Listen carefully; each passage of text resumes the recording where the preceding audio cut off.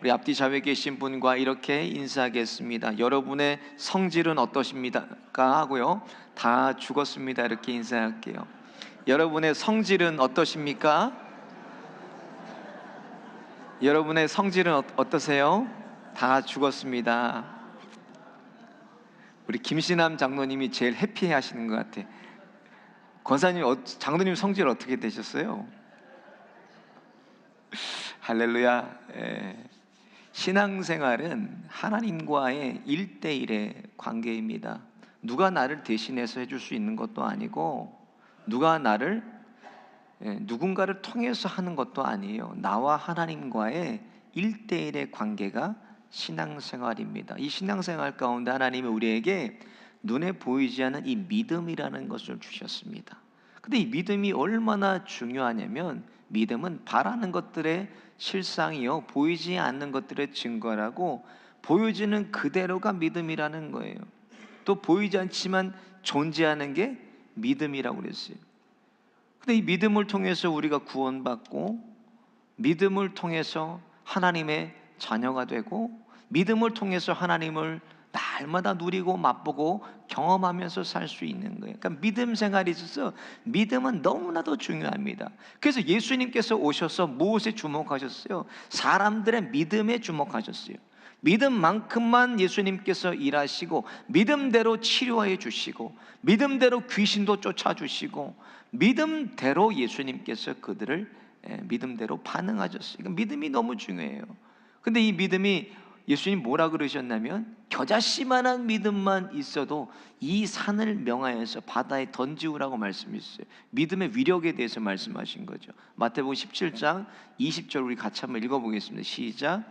이르시되 너희 믿음이 작은 까닭이라 진실로 너에게 이르노니 만일 너희에게 믿음이 겨자씨 한 알만큼만 있어도 이 산을 명하여 여기서 저기로 옮겨지라 하면 옮겨질 것이요 또 너희가 못할 것이 없으리라. 그런데 왜 내 믿음은 오래 교회를 다니고 오래 교회를 오고 가서도 자라지 않고 왜 그대로 있는가?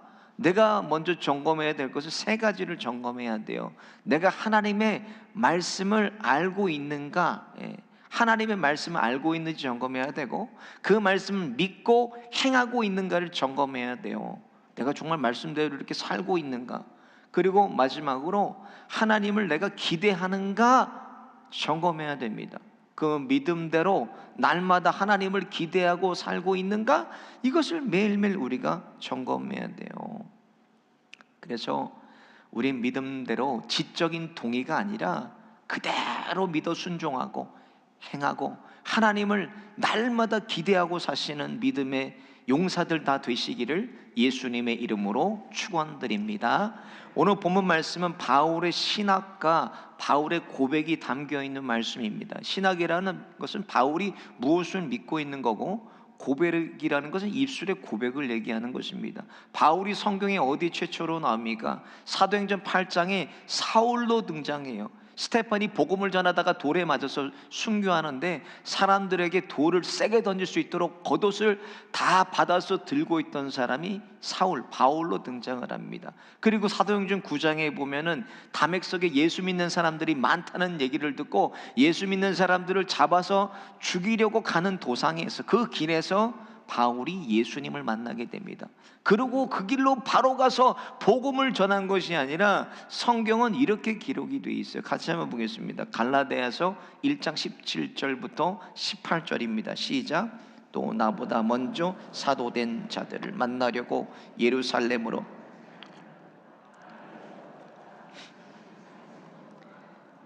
그 3년 만에 내가 게바를 방문하려고 예루살렘에 올라가서 그와 함께 15일을 머무는 동안 왜 바울을 하나님께서 바로 복음 전하는 사도로 선교사로 쓰지 않으시고 아라비아 광야로 보내서 3년 동안이나 머물게 하셨나? 이유는 간단해요. 사울을 바울 되게 하시려고 하나님께서 그에게 광야를 허락하신 거예요. 바울의 옛사람을 죽이기 위해서, 그리고 하나님께 바울이 돌아와서 이렇게 믿음을 고백하고 있습니다. 그게 오늘 본문 말씀이에요. 3년 후에 바울이 돌아와서 오늘 20절에 이렇게 고백합니다. 시작. 내가 그리스도와 함께 십자가에 못 박혔나니 그런즉 이제는 내가 사는 것이 아니요 오직 내 안에 그리스도께서 사시는 것이라. 이제 내가 육체 가운데 사는 것은 나를 사랑하사 나를 위하여 자기 자신을 버리신 하나님의 아들을 믿는 믿음 안에서 사는. 여러분, 불교는요 자꾸 비우라고 그래. 비우라고. 마음을 비우고 또 비우고, 그래야 우리가 해탈의 경지에 이른다. 그리고 그것을 계속 하다 보면 결국은 열반에 이른다고 불교는 가르칩니다. 그러니까 매일 뭐예요? 엄청난 고행을 치르고 고난을 받아야 되고, 그리고 희생도 감수하고 돌을 닦으라고 가르쳐. 돌을 닦으라고. 그런데 우리 기독교는요 마음을 비우는 종교가 아니라 마음을 채우는 종교입니다. 우리는 무엇으로 채우는가? 우리 마음을 예수로 채우는 거예요. 예수로. 하루하루 예수를 바라보고 하루하루 예수로 우리를 채워가는 것이 기독교입니다. 그래서 이걸 우리가 신학적으로는 성화라 그래요. 예수님화 되어져 간다 그래요. 평소에 아내에게 불만도 많고 매일 싸우던 남편이 갑작스러워 암 선고로 죽게 됐어요. 시한부 인생이 됐어요. 그래서 아내에게 죽게 돼서 유언을 남깁니다. 내가 이제 죽게 됐으니 유언을 남기겠다고.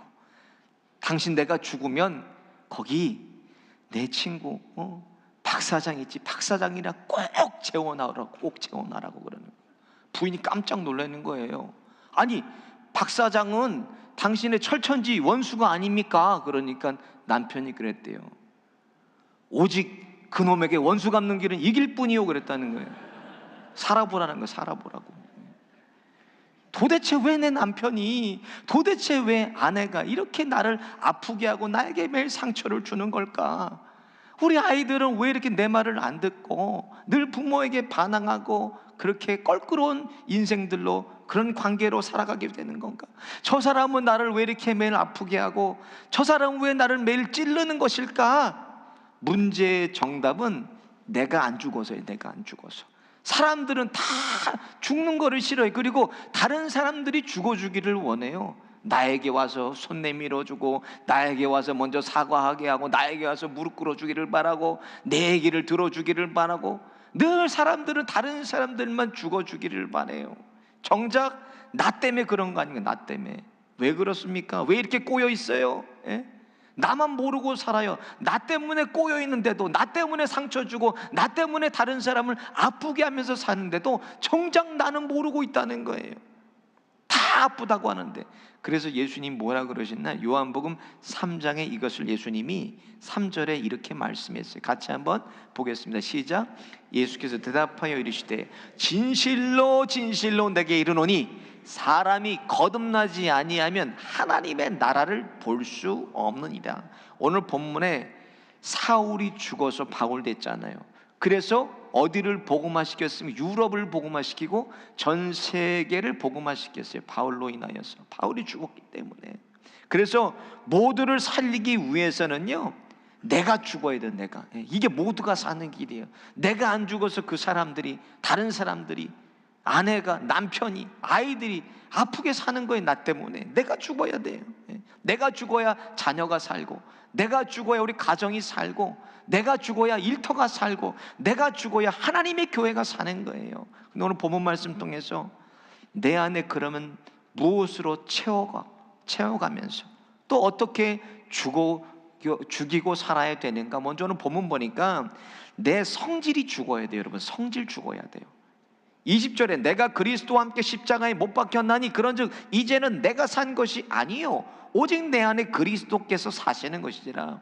사울은 죽었어요. 이제 바울이 됐습니다. 예수님이 그 안에 살고 계신다는 믿음의 고백이에요. 이것은 지금까지 그가 믿고 있던 지식과 학식과 자랑과 고집과 습관과 성질과 언행과 완고함과 교만이 다 이제는 죽고, 그런 죽었다는 인생의 선언입니다. 예수를 믿고 이렇게 예배에 나왔으면서도 아직도 저와 여러분 안에 예수가 주인이 아니라 옛사람이 펄펄 뛰고 있지는 않습니까? 여러분, 예수를 믿으면서 가장 먼저 죽는 것이 내 옛사람의 성질이 죽어야 돼. 성질이. 안 죽으면 죽은 척이라도 우리가 하고 살아가는 것입니다. 아니면 안 죽은 게 아니라 예수님을 아직 못 만난 거예요. 복음을 내가 진짜 복음을 듣지 못한 거예요. 가짜 복음을 듣고 온 거예요. 가짜 복음을. 바울이 예수님 만나기 전에 그 인생의 자랑에 끌려다니지 않았습니까? 찔러도 피 한 방울 안 날 사람이 바울이었고, 그렇게 강팍한 심령이었고, 옛사람의 성질은 여전히 그 안에 남아 있었어요. 그러니까 1차 전도 여행 때 마가 요한이 머뭇거리게 하니까 2차 전도 여행은 과감하게 그를 제해버립니다. 바울이 데리고 가지 않아요. 얼마나 고집스러운 사람이 이 사람이. 예수를 믿어도 가끔 그런 얘기들이 해요. 가족들이 해요. 저 성질머리 목사님 그대로라고. 그래서 누가 제일 잘 알아요? 가족들이 잘 안다는 거예요. 예수를 믿고 그 사람이 살았는지 죽었는지는 누구에게 물어보면 하나? 가족에게 물어보면 하나? 가족에게 보면 단번에 알아요. 어떤 사람인지. 그 사람이 나만 지옥으로 가면 되는 거 아니에요? 근데 다 가족들까지 끌고 들어가는 거. 왜? 저 사람이 저 예수 믿는 사람이라면 나는 저 예수 안 믿겠다고 그러는 거 아니에요? 그 사람들 보고. 복음을 가로막는 거예요. 복음을 내가. 그래서 오늘 본문에요, 주님이 바울을 다스리시고 통치해 주시는 것에 대해서 바울이 이전의 삶과 이후의 삶을 이렇게 디모데 전서에 고백합니다. 디모데전서 1장 13절에 보면 같이 보겠습니다. 시작. 내가 전에는 비방자요 박해자요 폭행자였으나 도리어 긍휼을 입은 것은 내가 믿지 아니할 때 알지 못하고 행하였습니다. 여러분의 성질은 지금 어떠십니까? 여러분의 성질은 어떠세요? 남편을 볼 필요도 없고 아내를 콕 찌를 필요도 없어요. 한국 초대교회에 부흥사로 꼽는 한두 번째 이렇게 꼽는 사람 중에 김익두 목사님이라는 분이 계세요. 이분은 황해도에서 태어났고 안악산 호랑이라고 불릴 만큼 황해도에서 아주 유명한 주먹이었어요. 근데 이분이 은혜 받고 예수를 믿고 목사가 돼서 유명한 이제 부흥 강사가 돼서 부흥회를 다니는데, 하루는 너무 더워가지고 부흥 집회를 가다 산에서 우통을 이렇게 윗옷을 벗고 목사님이 그늘에서 이렇게 쉬고 있는데 웬 술 취한 사람이 올라오더니 시비를 걸더래요. 그러다 다짜고짜 그냥 목사님을 막 그냥 나무 패듯이 팬 거예요. 얼굴이 다 피범벅이 됐어 목사님. 그러고 나서 그 사람한테 그랬대요. 이보소, 날 다 때렸어? 물어봤다는 거예요. 그리고 예수는 내가 믿고 복은 자네가 받았네. 내가 김익두라는 사람이요, 내가 예수 믿기 전이라면 당신은 오늘 장례식 날이요. 근데 내가 예수를 믿은 덕에 당신이 오늘 산주하시오. 그랬더니 갑자기 형님 살려달라고 땅에 엎드려서 막 살려달라 그러더래요. 잘못했다고 형님. 근데 이 김익두 목사님 이 사람을요, 부흥에 가는 길이잖아요. 그 길로 데려다가 부흥에 앉혀놨어요. 그리고 거기서 그 사람이 은혜를 받아서 북한의 현풍교회에 아주 훌륭한 장로님이 됐다는 거예요. 내 못된 옛사람의 성질, 성품, 습관, 고집, 언행, 이것이 매일매일 예수님과 함께 십자가에서 죽고 다른 사람을 살리시는 저와 여러분들 다 되시기를 예수님의 이름으로 축원드립니다. 두 번째로, 내 자랑이 죽어야 돼요. 여러분 19절을 보세요. 내가 율법으로 말미암아 율법에 대하여 죽었나니 이는 하나님에 대하여 살려 함이라, 이렇게 고백하고 있는데, 바울 자신이 어떤 사람이에요? 어떤 사람인데 이 율법을 향해서 자기가 죽었다고 얘기합니까? 이거는 정말 아주 큰 충격적인 고백 아닙니까? 바울은 태어난 지 8일 만에 유대 전통에 따라서 할례받고 왕족이에요. 사울의 자손 베냐민 지파 사람이었고, 나면서 로마 시민권 가졌고, 히브리인 중에 히브리인, 바리새인 중에 바리새인이었고, 당대 최고의 율법학자 가말리엘의 제자로서 오늘날로 따진 법학 박사에 해당하는 사람이 바울이었어요. 근데 그 자랑이 뭐겠어요? 율법이 자랑 아닙니까? 지식이 자랑이고 자기가 배운 것이 자랑이에요.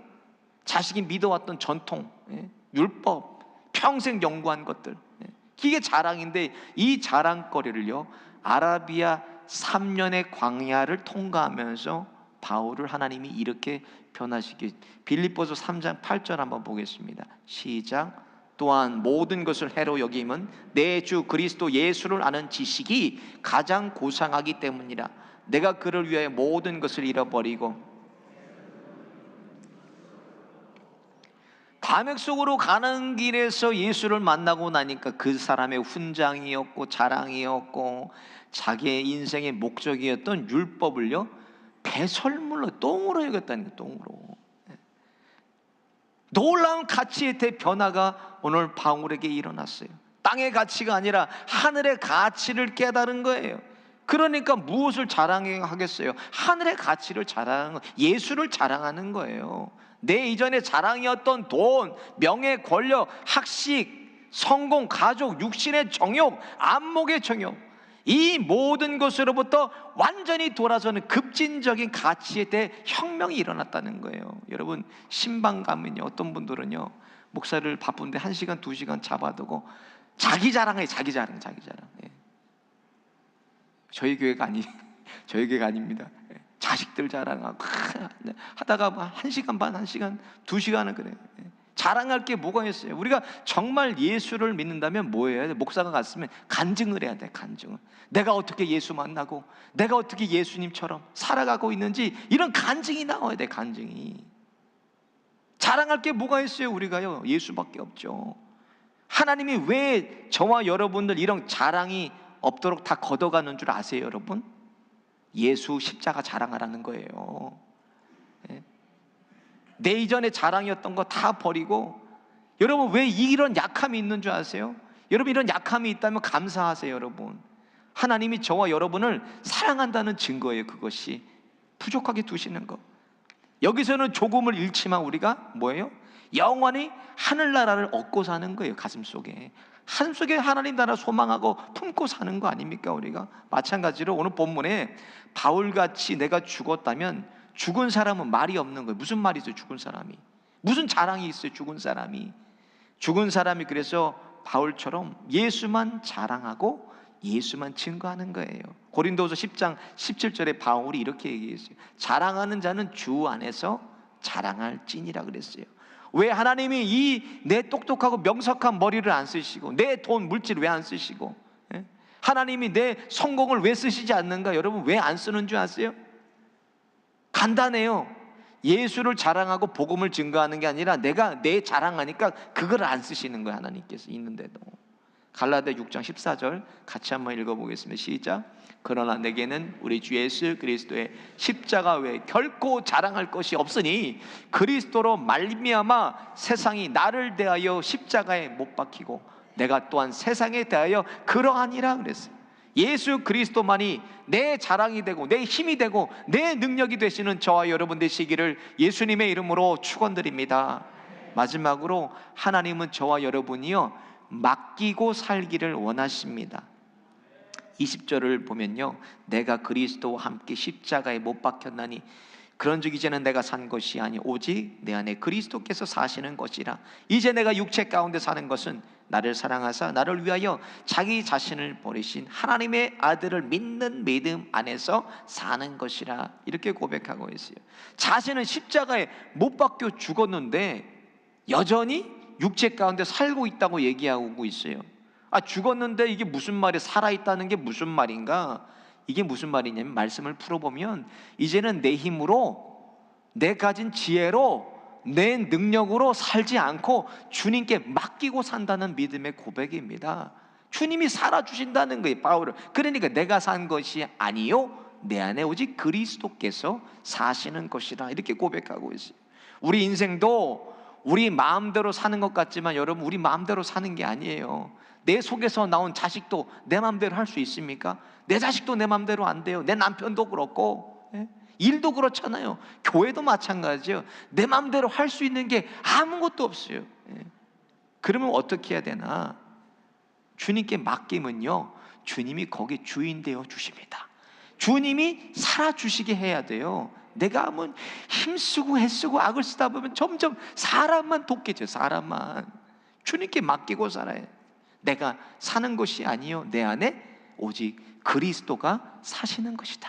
주님께 맡기고 사는 거예요. 그러니까 주인께 내 힘든 일을 맡기고 내 자녀도 맡기고 내 일도 맡기고 교회도 맡기면 이제는 뭐가 되는 거예요? 주님의 자녀가 되는 거고 주님의 가정 되는 거고 주님의 일터가 되는 거고 주님의 교회가 되는 거예요. 예수님으로 나를 살아주시게 해야 되는 것입니다. 주님께 전적으로 맡겨요. 그러면 이제는 내 책임이 아니라 주님의 책임이에요. 맡겼으니까. 그래서 우리는 비우지 말고 주님으로 채우고 살아야 돼. 주님으로 날마다 예수로 나를 채우고, 자녀의 문제, 부부의 문제, 물질의 문제, 건강의 문제, 영적인 문제, 무슨 문제든지 다 주님은 가지고 나오라고 말씀하셨잖아요. 마태복음 11장 28절 뭐라 그랬어요? 수고하고 무거운 짐진 자들아 다 내게로 오라. 내가 너희를 쉬게 하리라. 이 말씀을 그대로 믿고 오늘 나왔잖아요. 뭐 해야 돼요? 가지고 나온 인생의 모든 문제를 여기 십자가 앞에 내려놓고 주님 앞에 다 맡기고 우리는 돌아가는 거예요. 그럼 누구의 문제가 되나? 이제는 주님의 문제가 되는 것입니다. 미국의 버지니아 의대에 철학과 의학을 전공한 레이먼드 무디라는 박사가 있어요. 이 박사가 우연히 미국에서요, 임사, 죽었다가 살아난 사람을 만나게 돼요.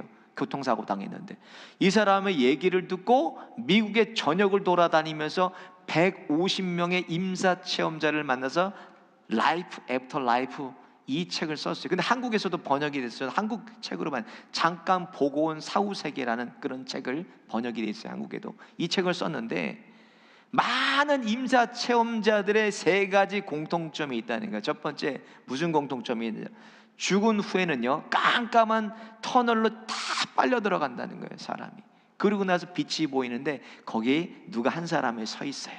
근데 예수 믿는 사람은 그분이 예수님인 걸 안다는 거예요. 아직 때가 안 됐으니까 돌아가라고. 그리고 그 음성을 듣고 깨어나면 자기가 침대에 다시 몸으로, 육체로 다시 돌아와 있다는 거예요.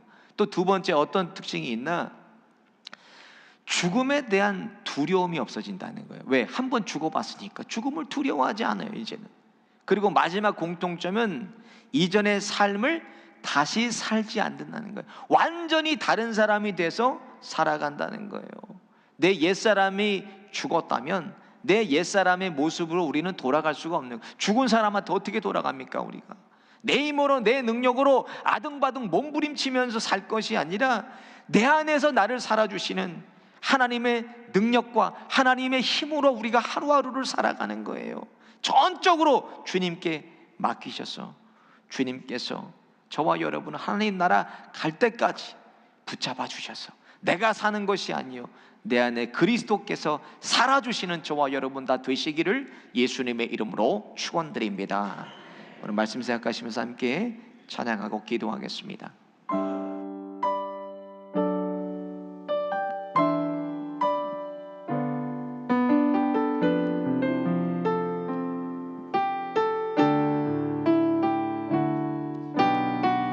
이 세상 가장 아름다운 순종의 눈물 온 세상 다시 빛나게 한 생명의 눈물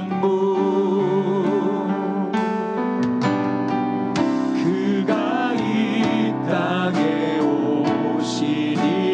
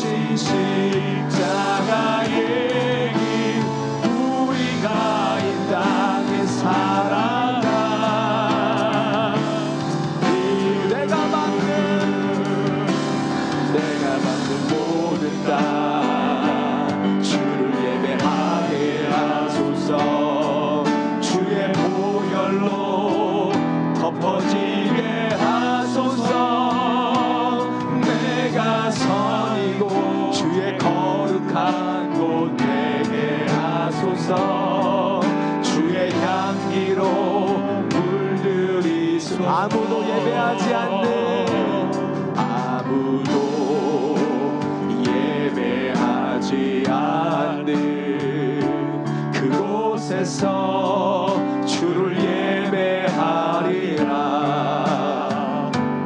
아무도 찬양하지 않는 그곳에서 나 주를 찬양한 내가 밟는 모든 땅, 내가 밟는 모든 땅 주를 예배하게 하소서.